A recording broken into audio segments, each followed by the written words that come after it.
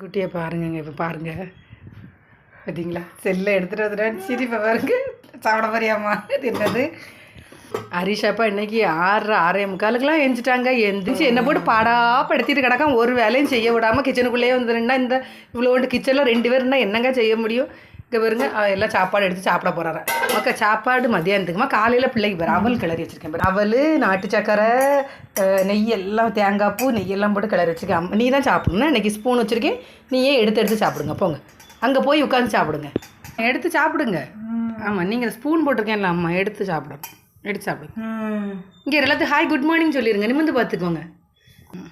இங்கே பாருங்க எப்படி சாப்பிடாம இருக்காங்க. அடி தங்கமே, very good. Hi good morning சரிங்க. ஓகே பாய்ங்க.